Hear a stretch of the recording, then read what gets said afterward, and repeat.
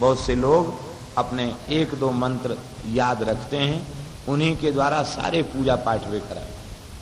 एक पंडित जी तो एक अमर कोश का श्लोक याद था उनको, बस यश्य ज्ञान दया सिंधो रगाधस्या नगागुणा सेव्यता मक्षयो धीरा सश्रिय चामृताय च, बस इसी मंत्र को बोल करके गंधाक्षत पुष्प सब समर्पित करा देते। एक जो है बड़े विद्वान आ गए, पढ़े लिखे बनारस के, बोले अरे भाई तुम्हारे पुरोहित तो बड़े मूर्ख हैं, केवल एक ही श्लोक से सारा पूजा पाठ करा दिया करते हैं, इनको कुछ भी ज्ञान नहीं है। ज्ञान कैसे नहीं है? पंडित जी से पूछा, बोले जो तुम पूछो सो बताएंगे, ज्ञान कैसे नहीं है? सब क्रिया कर्म कांड हम जानते हैं। बोले अच्छा बताओ, शुक्लांबरधरम देवम शशिवर्णम चतुर्भुजम प्रसन्न वदनम ध्यायेत सर्वविघ्नोपशांते, इसका क्या अर्थ है? अरे महाराज सीधा सीधा अर्थ है दही बड़ा। अरे दही बड़ा अर्थ कैसे? शुक्लांबरधरम, सफेद दही ऊपर से चढ़ा रहता है, देवम खूब चंद्रमा जैसा प्रकाशित होता है, शशिवर्णम चतुर्भुजम, चतुर्लोगों का भोजन है, चतुर्भुजम करती है, बढ़िया स्वादिष्ट होता है। और ध्यान आ जाए दही बड़ा का तो प्रसन्न वदनम, चेहरा खिल उठता है, तो पेट में चला जाए तो सारे भूख रूपी विघ्न शांत हो जाते। अरे भाई बोले पंडित जी हम तो इतने दिन पढ़े लिखे लेकिन इतना बढ़िया अर्थ नहीं लगा सके, और ये अर्थ नहीं और कोई अर्थ है? बोले और अर्थ ये है कि दक्षिणा है इसका अर्थ। चांदी का कलदार सफेद होता है, शुक्लांबरधरम देवम शशिवर्णम, पूर्णिमा के चंद्रमा जैसा होता है, चतुर्भुजम, चार चार आने 25-25 पैसा अलग कर दो तो 4 भागों में विभक्त हो जाता है, और ध्यान आ जाए तो प्रसन्न वदनम, और मिल जाए तो सारे विघ्न शांत हो जाते। अरे बोले पंडित जी को कुछ नहीं आता है, तो ऐसे ही। पंडित जी से कहा, जजमान से कहा कि ये तुम्हारे पंडित जी को कुछ भी नहीं आता, ये तो मनमाना काम कराते हैं, 2-4 श्लोक याद किए हैं, घूम फिर के अमरकोश का श्लोक बोलते हैं। लेकिन पंडित जी बड़े चतुर थे पढ़े लिखे कम लेकिन चतुर बहुत थे। जजमान बोला कि पंडित जी हम लोग तो पढ़े लिखे नहीं है और आप उल्टा पलटा काम कराती है, कैसे करते हैं? पंडित जी बोले देखो हमारे पिताजी बड़े विद्वान थे, हमारे पिताजी ने यजमानों को अमर बनाने के लिए अमरकोश का श्लोक हमको याद कराया, बस तुम इसको बोलो सब दीर्घायु होंगे, धन धान्य से समृद्ध होंगे, सब अमर हो जाएंगे। इसलिए पिताजी की आज्ञा से हम अमरकोश के श्लोक से पूजा कराते हैं, और हमारे पिताजी ने हमको मरणकोश का श्लोक भी सिखाया है। यदि आपको अमरकोश स्वीकार नहीं है तो मरणकोश के श्लोकों से हम तुम्हारा पूजन कराएंगे। जजमान बोला नहीं नहीं महाराज बस रहने दो, हम तो आप अमरकोश से ही कराइए, ये पंडित जी कुछ नहीं जानते, ऐसी बुराई करते हैं।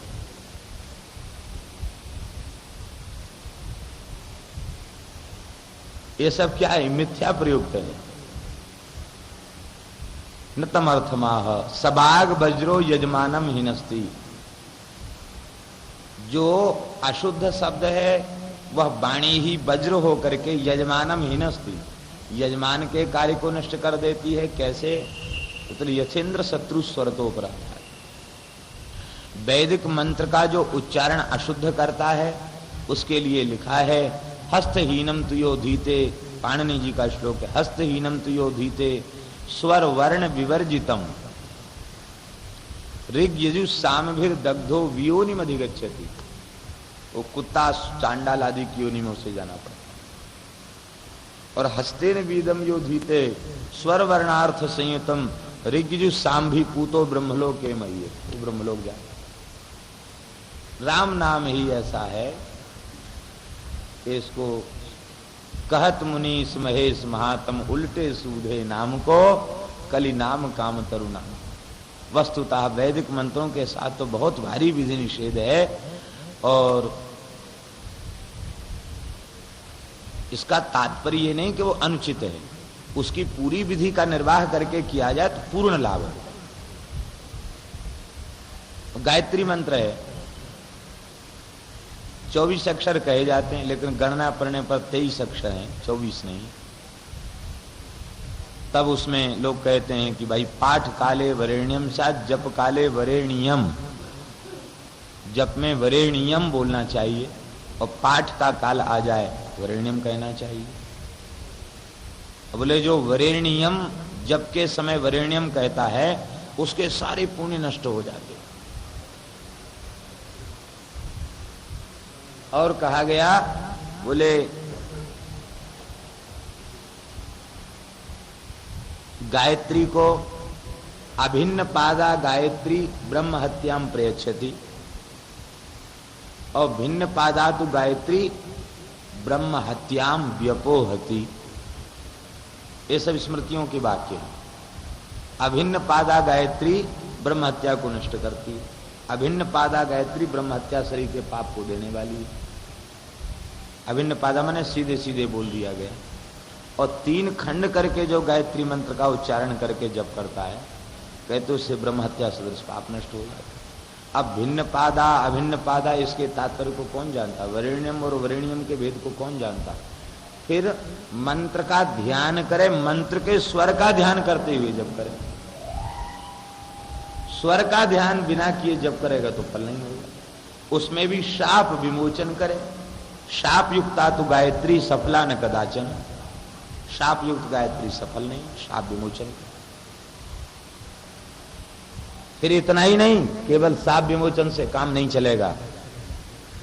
जपादौ तो पठेत हृदयम जपांते कवचम पठेत। जब के आदि में हृदय पड़े और जब के अंत में कवच पड़े। केवल इतने से ही सफल नहीं होगा। जब के आदि में चतुर्विंशति मुद्रा और जब के अंत में अष्टमुद्रा। फिर जप का निवेदन करे, जप को सुरक्षित करे, तब पूर्ण जप का फल उसे प्राप्त। इसलिए केवल भागवत धर्म ही जीव के कल्याण का साधन। इसका तात्पर्य मत समझ लेना कि ब्राह्मण को संध्या गायत्री आदि से उदासीन हो जाना चाहिए। करें, लेकिन विश्वास इसमें रखें कि भगवान नाम के आश्रय से विश्वास कल्याण होगा, भजन से कल्याण होगा, वैष्णवता से कल्याण होगा। आज तो गायत्री मंत्र की इतनी भारी दुर्दशा है, माइकों पर चिल्लाया जा रहा है, स्त्रियां गायत्री जप कर रही हैं। सर्वनाश हो जाएगा जिनका। अशास्त्रीय विधि से जो जप कर रहे हैं उन सब से असुरों का बल बढ़ रहा है। स्त्रियों के जप की विधि, स्त्री शूद्र और द्विजबंधु पतित ब्राह्मण इनको भी जपने का विधान नहीं है। लोग सोचते हैं भाई गायत्री जपने से हमारा कल्याण होगा। एक चमत्कार तो ऐसा हुआ महाराज, एक बहुत पढ़ी लिखी ब्राह्मण कन्या गायत्री परिवार के झांसे में आकर जप करने लग गई गायत्री का। अब वो चाहे जब पागल हो जाए, चक्कर आ जाए, बेहोश होकर गिर जाए। बहुत इलाज हुआ, ठीक नहीं हुई। अंत में हमसे माता पिता ने पूछा मैं क्या करती है? बोले ये गायत्री जप करती है 2-2, 3-3 घंटा। तो ऐसा करो कि गायत्री जब बिल्कुल छोड़ दे और मानस जी का पाठ करे, रामचरितमानस का पाठ करे। गायत्री जब छोड़ दे, श्री ठाकुर जी कृपा करेंगे, ठीक हो जाएगी। गायत्री जब छोड़ते ही चक्कर आना खत्म हो गया। देखो एक वैद्य है और पहलवान आता है दवाई लेने के लिए तो कहता है कि तुम रबड़ी के साथ लेना, और पीलिया का मरीज आता है तो कहता है कि तुम छाछ पीना। अब वो मरीज झगड़ा करने लग जाए तो एक को तो तुमने बादाम का हलवा बताया, मलाई बताई, और हमको तुमने छाछ बताई, तो हम क्या तुम्हारे दुश्मन हैं? अरे भाई तुम पीलिया के मरीज हो, तुम्हारी पात्रता नहीं है बादाम का हलवा खाने की। पात्र और अपात्र का विवेक शास्त्र ने किया, और वह पात्र अपात्र का जो विचार है वह इसी जन्म से निश्चित नहीं है, वो जन्मांतरीय संस्कार से उसका निश्चय है। उस जीवात्मा ने ऐसे पवित्र कर्म किए हैं, वो ब्राह्मण कुल में उत्पन्न हुआ। उसने ऐसे कर्म किए हैं कि वो क्षत्रिय कुल में उत्पन्न हुआ। उसके पूर्वकृत कर्म ऐसे हैं कि वो वैश्य कुल में गया। उसके ऐसे पूर्वकृत कर्म हैं कि वो शूद्र कुल में गया।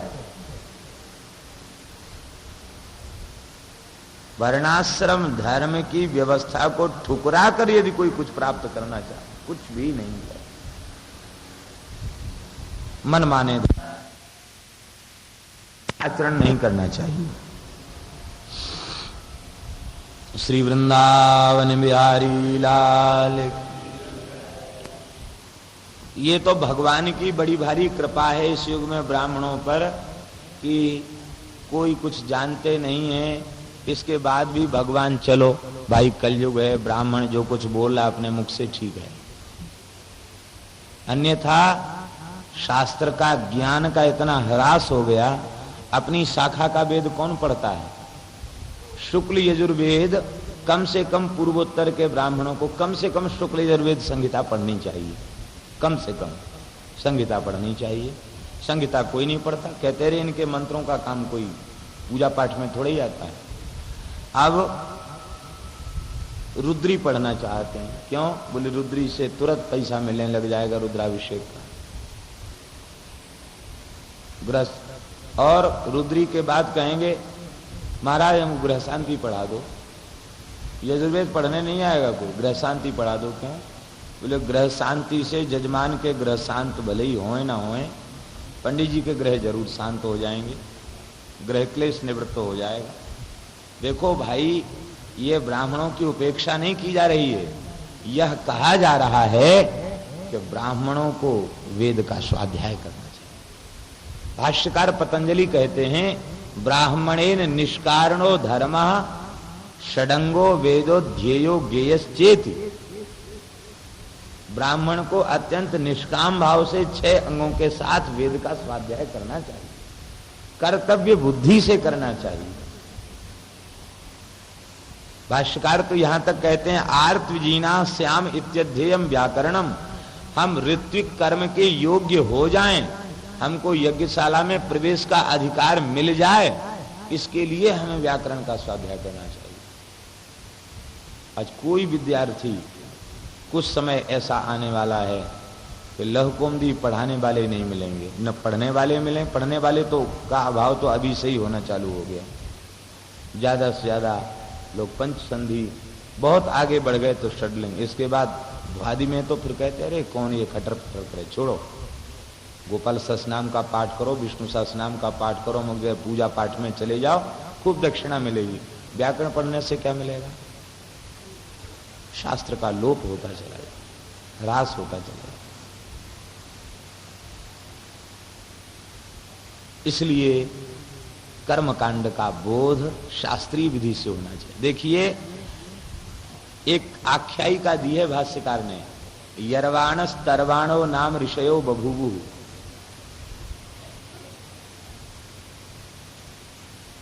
यर्वाण तरवाण नाम के ऋषि थे, बड़े उद्भट विद्वान थे, वेदों के पारंगत विद्वान थे। परावरज्ञा, पर और अवर, शब्द ब्रह्म और पर ब्रह्म दोनों में निष्णात थे। दोनों भाई भाई थे ऋषि, यर्वाण और तरवाण। नाम तो कुछ उनका और था, लेकिन उनको अभ्यास पड़ा हुआ था। वे यदवानः तदवानः की जगह यर्वाण तरवाण बोलते थे। तो अशुद्ध शब्द के उच्चारण के कारण ऋषियों ने उनका नाम ही निकाल दिया, यर्वाण तरवाण। आइए यर्वाण जी, आइए तरवाण जी, ये नाम उनका निकाल दिया, इसी नाम से प्रसिद्ध हो गए। लेकिन भाष्यकार कहते हैं कि वे उन्हें अभ्यास था, यदवाना तदवाना की जगह यर्वाण तरवाण अशुद्ध शब्द के उच्चारण का अभ्यास उनको था। लेकिन जब वे यज्ञशाला में पहुंच जाते तो ते पुनः यज्ञ कर्मणि नापभासन्ते। यज्ञशाला में पहुंचने के बाद इतने समाहित हो जाते थे, कहते थे नहीं भाई यहां यर्वाण तरवाण निकल जाएगा तो यज्ञ कर्म नष्ट हो जाएगा। इसलिए यज्ञशाला में बैठ करके यदवाना तदवाना ही प्रयोग करते थे। अपने बोलचाल की भाषा में यर्वाण यदवाना तदवाना को जल्दी जल्दी यर्वाण तरवाण कहने लग जाते। ये सब शास्त्र में रुचि जगाने के लिए ये सब आख्यायिकाओं को हमारे पूर्व के आचार्यों ने, विद्वानों ने दिया है। इसलिए विधिवत गुरुजनों के चरणों में बैठ करके स्वाध्याय करना चाहिए। और इसके बाद कुछ कहना सुनना चाहिए, नहीं तो यही उन्हें बोध नहीं होता कि हम क्या कह रहे हैं, भागवत का सिद्धांत क्या है और हम क्या कहने जा रहे हैं, इसका तात्पर्य क्या होगा, कुछ पता नहीं चलता। वृत्तासुर ने सारे अस्त्र शस्त्र देवताओं के निगल लिए और अब तो देवता भयभीत होकर भगवान की शरण में गए। भगवान ने दधीचि ऋषि के पास भेज दिया। दधीचि ऋषि ने कहा कि जिजूषीणाम जीवानाम आत्मा प्रेष्ठ इहिप्सित क उत्सहेत तम दातुम भिक्षमाणाय विष्णुवे। मनुष्यों को अपने प्राणों के प्रति इतनी ममता होती है, शरीर के प्रति इतनी ममता होती है कि स्वयं विष्णु भगवान आकर उससे मांगने लग जाएं कि भाई लाओ, ये शरीर हमने तुमको दिया था, हमको थोड़ी देर के लिए दे दो। तो भगवान को भी मांगने पर नहीं देंगे और तुम तो कहां से आए। देवता बोले किम नु तस्तु तदृष्टजम ब्रह्मन पुंसाम भूतान कंपना। जीव मात्र पर दया करना जिनका स्वभाव है, ऐसे संतों के लिए कठिन क्या है, सब कुछ सरल है। आप लोग तो सब कुछ दे सकते हैं। संतों की उदारता की प्रशंसा करके ही संसार के लोग अपना स्वार्थ पूर्ण करना चाहते हैं। बोले हम तो केवल धर्म का बात सुनने के लिए हमने ऐसा किया था। उन दधीचि महाराज के मस्तक को इंद्र ने काट दिया था बिना किसी अपराध के, और उनको घोड़े के सिर से अश्विनी कुमारों को ब्रह्म विद्या को उपदेश देना पड़ा था, और उन्हीं दधीचि की हड्डियां मांगने इंद्र पहुंच गया। दधीचि ने देह का त्याग किया और अस्थियों का दान कर दिया। इसलिए अस्थियों का ये दान भारतवर्ष की गौरवमयी गाथा का परिचायक है। आर्य बाहर से आए थे और मनुष्य के पूर्वज बंदर थे, बाद में उनकी पूंछ घिस गई, ये सब मूर्खतापूर्ण बातें। दूसरे लोगों की बातों को हम अपना इतिहास मान रहे हैं। हमारा इतिहास करोड़ों वर्ष प्राचीन इतिहास है। जयशंकर प्रसाद ने भी दधीचि के नाम को लिया है और लिखा है कि पुरंदर से है पविने लिखा, अस्थि युग का मेरा इतिहास। हमारा इतिहास किसी विदेशी के द्वारा लिखा हुआ नहीं, हमारा इतिहास पुरंदर से है पविने लिखा, पुरंदर ने है पवि से लिखा, अस्थि युग का मेरा इतिहास। इंद्र ने अपने पवि माने वज्र से अस्थि युग का इतिहास लिखा। ऐसे ऐसे भारतवर्ष में महापुरुष हुए जिन्होंने जगत के कल्याण के लिए अपनी हड्डियों तक का दान कर दिया। यह वृत्तासुर भगवान के महान भक्त हैं। इंद्र जैसे प्रबल शत्रु के साथ युद्ध हो रहा है और वृत्तासुर भगवान की स्तुति कर रहे हैं। वृत्तासुर की स्तुति को सुनकर के भगवान आकाश मंडल में प्रकट होकर दर्शन दे रहे हैं और वृत्तासुर युद्ध भी कर रहे हैं और भगवान की तन्मय होकर के स्तुति भी कर रहे हैं। भगवान ने गीता में कहा माम अनुस्मर युद्ध च, मेरा स्मरण करो और युद्ध करो। भगवान जाने यह आज्ञा का पालन अर्जुन कर सके या नहीं कर सके, किंतु वृत्तासुर ने पूरी तरह पालन किया, युद्ध भी कर रहा है और भगवान की स्तुति भी कर रहा है। अहम हरे तव पादैकमूल दासानुदासो भवितास्मि भूया मनः स्मरेता सुपतेर्गुणास्ते गृणीत वाक्कर्म करो तु काय। हे नाथ, आप ऐसी कृपा करें कि मैं आपके चरण कमलों का आश्रित कोई दास, उसका दास में बन जाऊं। अरम हरे तव पादैक मूल दासानुदासो भवितास्मि भूया। देखो यहां पादैक मूल है। पादैक मूल का तात्पर्य है अनन्याश्रित। महिमा अनन्याश्रय की ही है। ऐसा नहीं कि आपको भी मानता है, उसको भी मानता है, उसके भी चरण पकड़ रहा, उसके भी चरण पकड़ा नहीं। पादैक मूल एकमात्र आपके चरण कमलों का दृढ़ता पूर्वक आश्रय जिस भक्त ने ले रखा है, उसके चरण कमलों का मैं दास बन जाऊं। क्योंकि इष्ट में निष्ठा के अभाव में भक्ति जो है व्यभिचरित हो जाती, भक्ति व्यभिचरित हो जाती। इसलिए इष्ट स्वरूप में अतीव निष्ठा है, भगवत स्वरूप में निष्ठा है, श्री रामकृष्ण नारायण में निष्ठा है।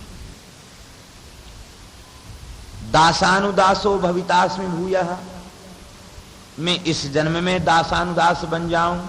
और भवितास्मि भूयः का तात्पर्य कथनचित हमारे कोई कर्म ऐसे शेष हों कि हमें दोबारा जन्म लेना पड़े, तो उस जहां कहीं उस योनि में मैं जाऊं, वहां भी दास बन करके ही, दासानुदास बन करके ही अपना कालक्षेप करूं।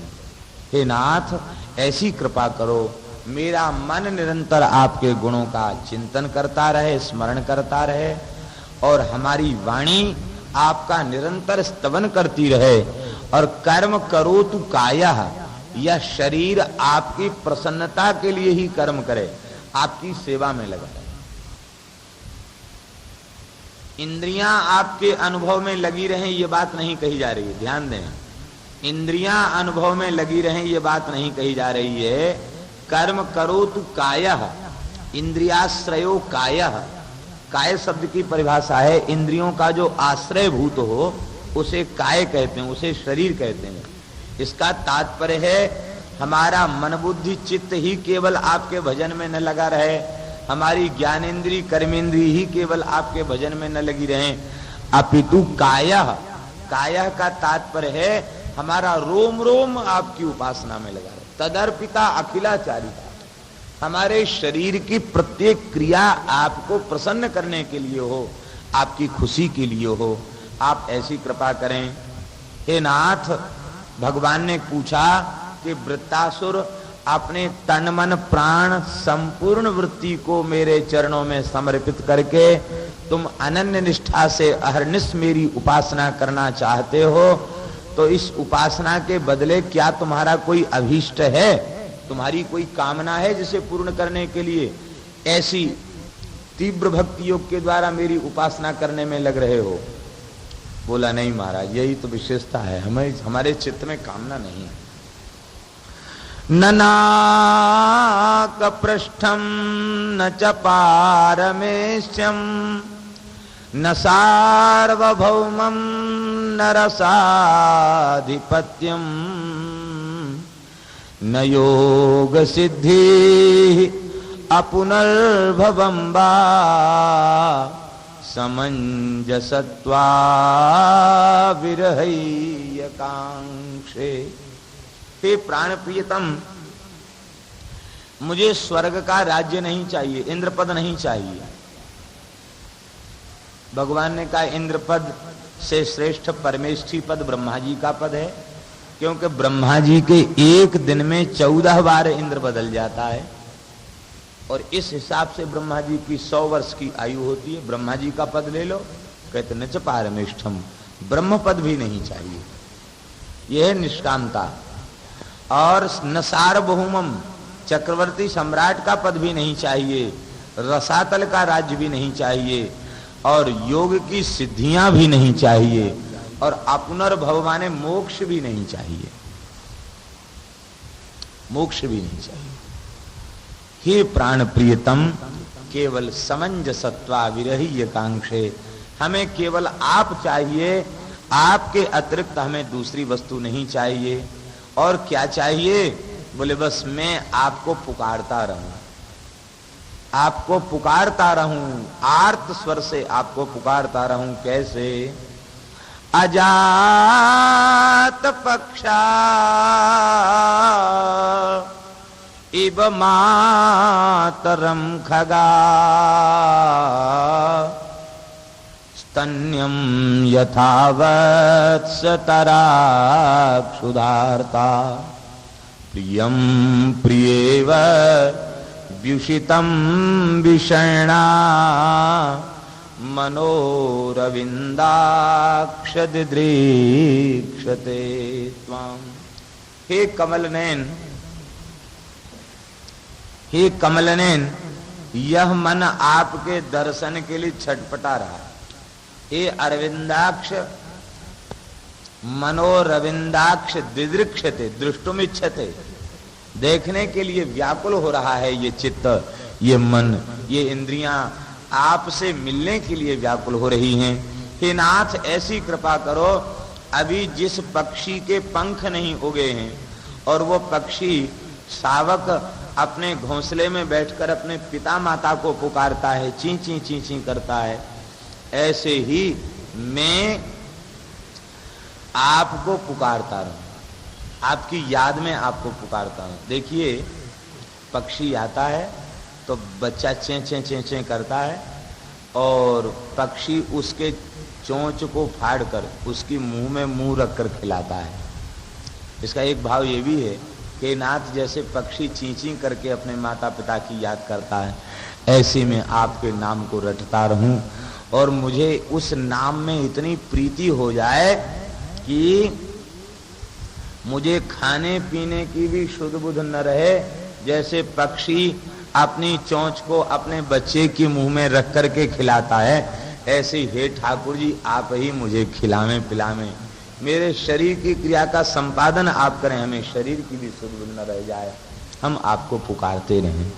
दूसरा भाव और दे रहे हैं, जैसे छोटा बछड़ा अभी जो दूध पीता है, घास चरना नहीं सीखा है, वो बछड़ा अपनी माँ के लिए व्याकुल रहता है, छटपटाता रहता है, ऐसी ही मैं आपके दर्शन के लिए छटपटाता रहूं, आपकी याद करता रहूं। लेकिन दोनों दृष्टांतों में तनिक दोष है। एक दोष पक्षी शावक के दृष्टांत में यह है कि पक्षी जब खुद चारा चरने लग जाता है, उड़ने लग जाता है, तो घोंसले से उड़ करके फिर तो कहीं नया संसार बसाता है, वो फिर अपने पिता माता में ममता नहीं रखता। ये दोष ना आ जाए। बछड़े में भी जब बछड़ा घास चरने लग जाता, रोटी खाने लग जाता, तो मैया की ज्यादा याद नहीं करता। और कई जगह तो ऐसा भी होता है कि बछड़ों को लोग जहाँ दूध बहुत कम पीने देते हैं, वो गैया को काढ़ने के लिए बछड़ा खोलो तो बछड़ा दूध नहीं पीता, वो जाके गैया के साथ निहार खाने लग जाता है। क्यों?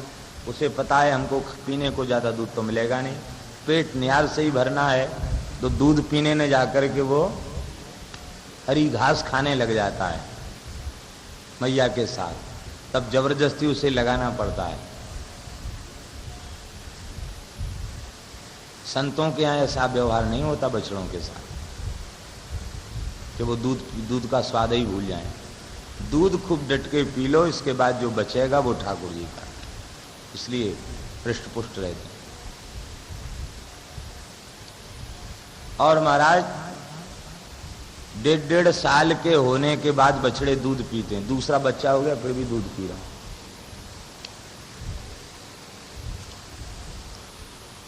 तो बछड़े में के प्रेम में अंतर आ जाता है। अंतिम दृष्टांत दे रहे हैं पतिव्रता का। ये पतिव्रता का दृष्टांत वैष्णवता के मार्ग में, भागवत धर्म के संबंध में पतिव्रता का दृष्टांत ही सर्वोपरि दृष्टांत है। प्रियम प्रियेव व्युषितम विषण्णा मनोरविंदाक्ष दिदृक्षते त्वाम। जैसे किसी पतिव्रता नारी का पति परदेश चला गया है और वह अपने पति की वियोग में उसे खाने पीने की सुध नहीं रहती, वस्त्र धारण करने की भी सुध नहीं रहती, उसकी बेणी मलिन हो जाती है, वह अत्यंत विरह में व्यथित रहती है। और जब पति आ जाता है तो क्या उस विरहिणी का प्रेम कम हो जाता है? प्रेम कम नहीं होता, और अधिक उसका प्रेम बढ़ जाता है। तो जैसे पतिव्रता नारी का प्रेम, पतिव्रता नारी पति के देह त्याग के अनंतर अपने शरीर की परवाह छोड़कर स्वयं भी पति के लोक का अनुगमन कर देती है, देह का त्याग तक कर देती है। ऐसी सती, और संकल्प ये नहीं करती कि मैं वैकुंठ जाऊं, वो कहती जिस लोक में मेरे पति गए हैं मैं उन्हीं उसी लोक में जाऊं और उनकी सेवा हमेशा। सच्ची प्रीति पतिव्रता में, ऐसा सच्चा प्रेम हमारा भगवान में हो जाए। देखिए पतिव्रता नारी पति में प्रेम करती है, तो क्या ससुर, सास, ज्येष्ठ और देवर इनका अनादर कर देती है क्या? इनका अनादर नहीं करती। सास ससुर को भी भोजन कराती है, उनकी सेवा भी करती है, ज्येष्ठ को भी भोजन कराती है, देवर को भी कराती है, घर में कोई अतिथि अभ्यागत आ जाए उसे भी कराती है। लेकिन पूर्ण निष्ठा और प्रीति अपने पति में रखती है। ऐसे ही भक्त का कर्तव्य है कि परिपूर्ण निष्ठा भगवान में रखे और भगवान की ही विभूति है, अंग उपांग देवी देवता हैं, ये सामने आ जाएं तो इनको भी ठाकुर जी का प्रसाद चरणामृत दे दे, इनको भी नमस्कार कर ले, इनकी भी निंदा न करे, इनकी भी आराधना उपासना। किंतु जैसे अत्यंत प्रीति पतिव्रता की पति में होती है, ऐसे ही सर्वाधिक प्रीति भगवान में करे। और देखिए पातिव्रत धर्म इतना सूक्ष्म है कि पतिव्रता अपने पति की आज्ञा के विरुद्ध अपने ज्येष्ठ से कुछ कपड़ा ले ले या आभूषण ले ले तो उसका धर्म नष्ट हो जाए। देवर यह करके हमने अपने मन मात्र की बुद्धि को अपवित्र कर लिया। ये बात सत्संग करने वालों को पता लग जाती है, और जब उन्हें इस बात का पता लग जाता है तो फिर अचाह, सबसे बड़ी साधना है अचाह हो जाना, चाह शून्य हो जाना, कुछ नहीं चाहिए, यही सबसे बड़ी साधना। माया और काल का प्रभाव आपके ऊपर नहीं होता रहता है। अब आप ही बताइए, हमें तो पता लग गया अब जो सत्कर्म आता पंचाक्षर महामंत्र होता रहता है। इस पंचाक्षर महामंत्र